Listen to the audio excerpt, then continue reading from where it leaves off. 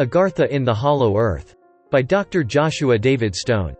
The biggest cover-up of all time is the fact that there is a civilization of people living in the center of Earth, whose civilization's name is known as Aghartha. This may be hard for some of you to believe.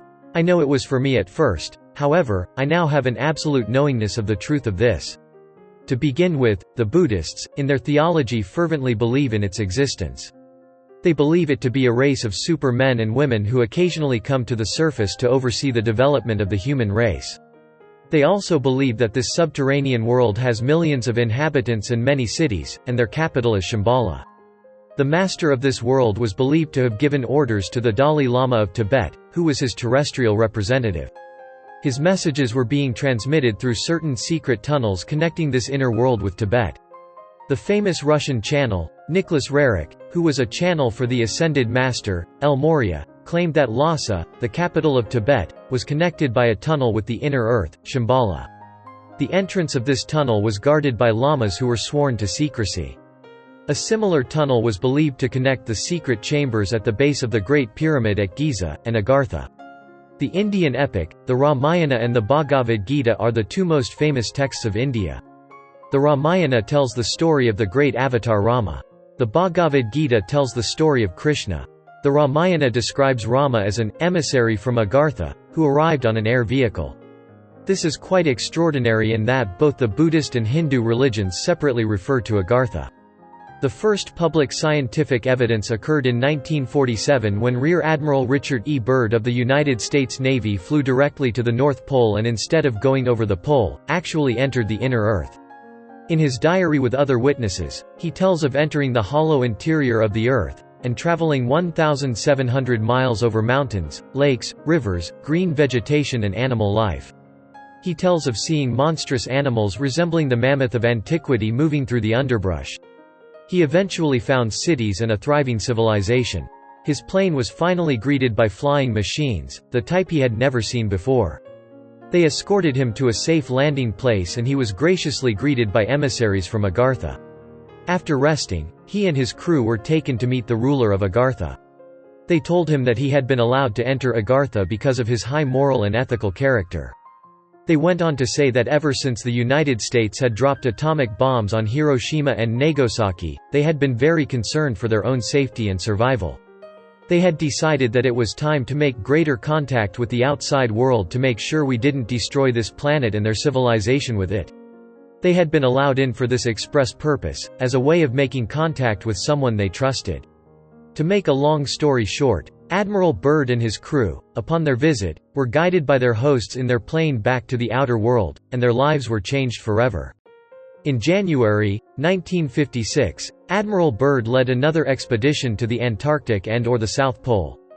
In this expedition he and his crew penetrated for 2,300 miles into the center of Earth again. Admiral Byrd states that the North and South Pole are actually two of many openings to the center of Earth.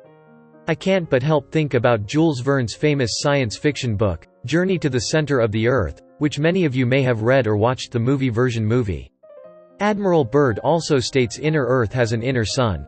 Admiral Byrd's theory is that the poles of the Earth are convex, rather than concave. Ships and planes can actually fly or drive right in. The American press announced Admiral Byrd's discovery, however it was immediately suppressed by our good friends, the secret government. Ray Palmer, the editor of Flying Saucer magazine, did a detailed story on Admiral Byrd's discoveries. The United States government either bought, stole or destroyed almost every copy and then destroyed the plates at the printing press. I have been told that the exact same thing happened in respect to an article done on Admiral Byrd's discovery by the National Geographic. The magazine was released and the US government gobbled up almost every issue. If the story wasn't true, how come the government was so uptight?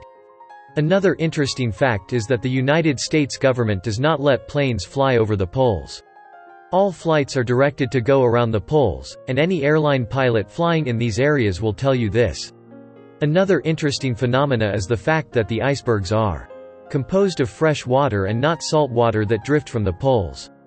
Another interesting question is why it is warmer nearer the poles than it is 600 to 1,000 miles away from it. In Dr. Raymond Bernard's book called The Hollow Earth, he tells of a man who confirmed Admiral Byrd's story. Dr. Nephi Cotton of Los Angeles reported that one of his patients, a man of Nordic descent, told him the following story: "I lived near the Arctic Circle in Norway. One summer my friend and I made up our minds to take a boat trip together and go as far as we could into the North Country. So we put a month's worth of food provisions in a small fishing boat and set to sea. At the end of 1 month we had traveled far into the north, beyond the pole and into a strange new country. We were much astonished at the weather there. Warm, and at times at night it was almost too warm to sleep. Then we saw something so strange that we were both astonished. Ahead of the warm open sea we were on what looked like a great mountain. Into that mountain at a certain point that ocean seemed to be emptying.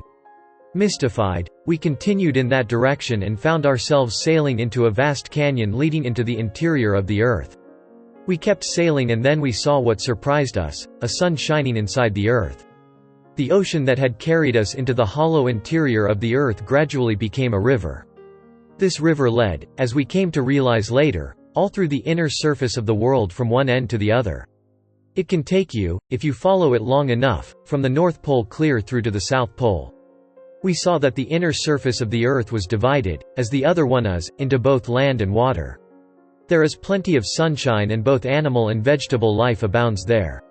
We sailed further and further into this fantastic country, fantastic because everything was huge in size as compared with things on the outside. Plants are big, trees gigantic, and finally we came to giants. They were dwelling in homes and towns, just as we do on the Earth's surface, and they used a type of electrical conveyance like a mono-rail car, to transport people. It ran along the river's edge from town to town. Several of the inner Earth inhabitants, huge giants, detected our boat on the river, and were quite amazed. They were, however, quite friendly. We were invited to dine with them in their homes, and so my companion and I separated, he going with one giant to that giant's home and I going with another giant to his home. My gigantic friend brought me home to his family and I was completely dismayed to see the huge size of all the objects in his home. The dinner table was colossal. A plate was put before me and filled with a portion of food so big it would have fed me abundantly an entire week.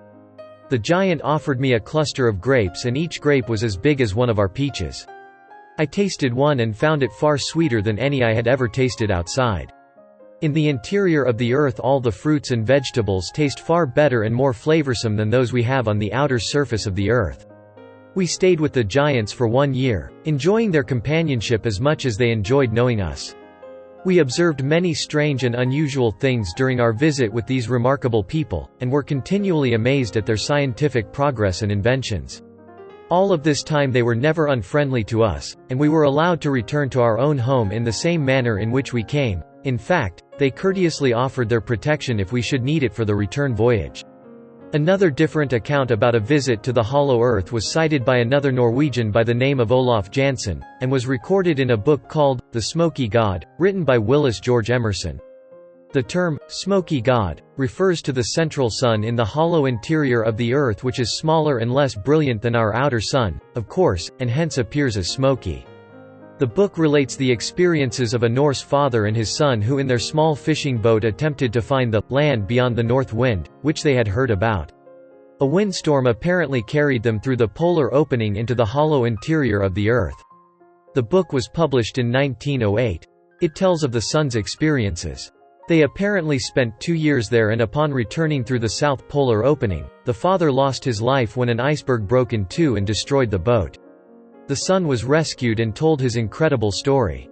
He was placed in a prison for the insane because no one would believe him. After being released and spending 26 years as a fisherman, he moved to the United States. In his 90s he befriended Willis George Emerson and told him his story. On his deathbed he also gave him maps that he had made of the interior of the Earth and the manuscript of his experiences. The book, The Smoky God, tells of his experiences. In the book he said that the people live from 400 to 800 years and are highly advanced in science. They can transmit their thoughts from one to another by certain types of radiations and have sources of power greater than our electricity. They are the creators of flying saucers, which are operated by this superior power, drawn from the electromagnetism of the atmosphere. They are 12 or more feet in stature. One other interesting side note is that in 1942, Nazi Germany sent out an expedition composed of some of its leading scientists in an attempt to find an entrance to the Hollow Earth. Göring, Himmler, and Hitler enthusiastically endorsed the project. The Führer was convinced that the Earth was concave and that man lived on the inside of the globe. In The Hollow Earth, Raymond Bernard also tells of a photograph published in 1960 in the Toronto, Canada Globe and Mail, which shows a beautiful valley with lush, green hills. An aviator claimed that the picture had been taken from his airplane as he flew beyond the North Pole. The channelings of D.J. Walcool on The Hollow Earth. Whenever I do research on a given subject, I like to get D.J. Walcool's feedback on the information I have come up with. Upon sharing with him what I have shared with you in this book, he had a number of interesting things to add. First off, he confirmed that Admiral Byrd did, indeed, travel to the inner Earth as he said he did. He said that there is a sun in the inner Earth, but it is different than our outer sun. He said that the aurora borealis was not caused by the sun of the inner Earth, but from a different light source. He said that the opening at the poles were very wide and ships and planes can fly into it, however it is naturally protected by some kind of energy field. People can find it if they really search for it, however, it is slightly camouflaged by this energy field. He confirmed that there were entrances to the inner Earth in Egypt, Tibet and the Yucatan, and also added that there were other entrances in the Bermuda Triangle, Soviet Union, and Africa. He said that there were different races in the inner Earth just like on the surface of the Earth, and some of them are quite tall. He also confirmed that the United States government and other countries are aware of the inner Earth and are covering up the fact as they are with UFOs and extraterrestrials.